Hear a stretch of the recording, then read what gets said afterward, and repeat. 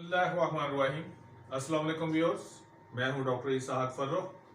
आज मैं जो वीडियो बना रहा हूं वो भी उन शुगर के मरीजों के लिए है जिनको पुरानी शुगर हो चुकी होती है। अब ये इस चक्कर में नहीं कि ये शुगर है तो कितनी पुरानी कितनी नहीं, लेकिन जो शुगर स्टार्ट में होती है वो पेशाब में खारिज नहीं होती उस वक्त, आपने मुंह में देखा होगा। लेकिन जो शुगर पुरानी हो चुकी होती है वो पेशाब में भी ज्यादा आने लग जाती है जब कंट्रोल नहीं करते। अगर आपको शुगर हुए 5 से 6 साल हो चुके हैं तो ये नुस्खा इस्तेमाल कीजिएगा, इंशाअल्लाह ताला जी शुगर आपकी खत्म हो जाएगी। मैं ज्यादा इस पर नहीं बहस करता क्योंकि शुगर है सभी जानते हैं। अब बहुत सी प्रॉब्लम्स होती हैं क्योंकि वो प्रॉब्लम्स सिर्फ शुगर की वजह से नहीं हो रही होती, आपकी बदएहतियाती की वजह से भी हो रही होती है।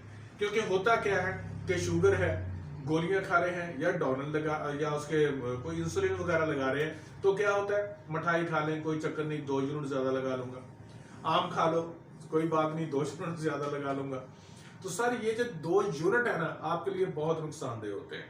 इसलिए जितनी आप डाइट को कंट्रोल रखेंगे आप उतना ही ज्यादा आपकी मेडिसिन कम होती जाएंगी, और मेडिसिन जो भी जो है वो केमिकल है बॉडी में जाएंगे तो डेफिनेट बात नुकसान तो देते हैं। ठीक है, आप जरा थोड़ा सा वीडियो के बारे में देख लें। इसके मेडिसिन जो मैंने बता रहा हूं, काली जीरी है ये 50 ग्राम, चासकू 50 ग्राम, गुड़ मार बूटी जो है वो भी 50 ग्राम, शाम हंजल 50 ग्राम, यानी कि तुम्मा लेना है, तुम्हे के बीज नहीं लेने आपने, उसका गुदा लेना है। ठीक है, बीज नहीं लेने। कॉड इंडिया, ये इंडिया से आती है, कॉड होती है, ये आपने लेंगे 50 ग्राम। चिरायता तलख 50 ग्राम, इंदर जो तलख 50 ग्राम, मरवारीद पाउडर ये आपको पंसार स्टोर से मिल जाएगा, डब्बी की शक्ल में मिलेगा। आप उनको बता सकते हैं कि डब्बी में मरवारीद पाउडर जो है वो दे दें, ये थोड़ा सा जरा कॉस्टली होता है। 30 ग्राम रुब करेला 370 ग्राम। अब रुब करेला के बारे में थोड़ी सी जरा तफसील सुन ले, बाकी मैं आपको बता देता हूं कि ये अद्वियात जो हैं, ये सारी अद्वियात इनको आपने लेकर बारीक पीस लेना है। जब बारीक पीस लेंगे आप तो उसी के अंदर ही ये 30 ग्राम पाउडर डाल दें और अच्छी तरह हल कर दें ताकि सारा अच्छा मिक्स हो जाए।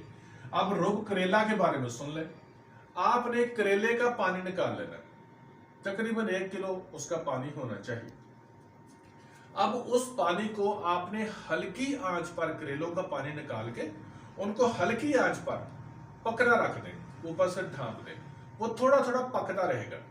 जब वो गाढ़ा सा हो जाएगा, थोड़ा सा गाढ़ा हो जाएगा जो, ठीक है, आप महसूस करेंगे कि जैसे आप खीर बनाते हैं तो इस टाइप पर हो जाएगा। ठीक है, जब ऐसा पानी हो जाए तो उसमें से 70 ग्राम आप 370 ग्राम ले लें। ठीक है, 370 ग्राम लेके किसी बर्तन के अंदर तोल सकते हैं उसको, कोई मसला नहीं, हमारे भी ऐसे ही होता है, तोल सकते हैं उसको। तो ये तमाम अद्विया जो बारीक पीसी हुई है ये उसके अंदर डाल के ना आपने अच्छी तरह मिक्स कर देना।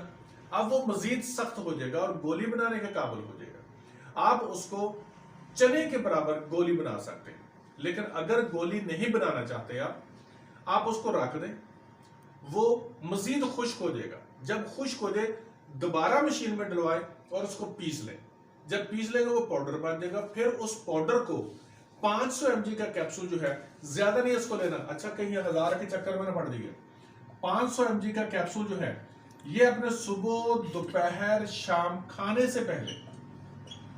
से पहले इस्तेमाल करेंगे। ठीक है जी, जो भी चिकनाई वाली गजाएं हैं ज्यादातर, और दूसरा ये जो आम आप मीठी गजाएं खाते हैं, बेकरी की चीजें खाते हैं, उनको बिल्कुल कतन छोड़ देना। 3 माह जरूर इस्तेमाल कीजिएगा। मैं अल्लाह से डरकर कहता हूं इंशाअल्लाह ताला अगर आप परहेज करेंगे तो अगर आप इंसुलिन भी लगा रहे हैं तो उससे छूट कर गोलियों पर आ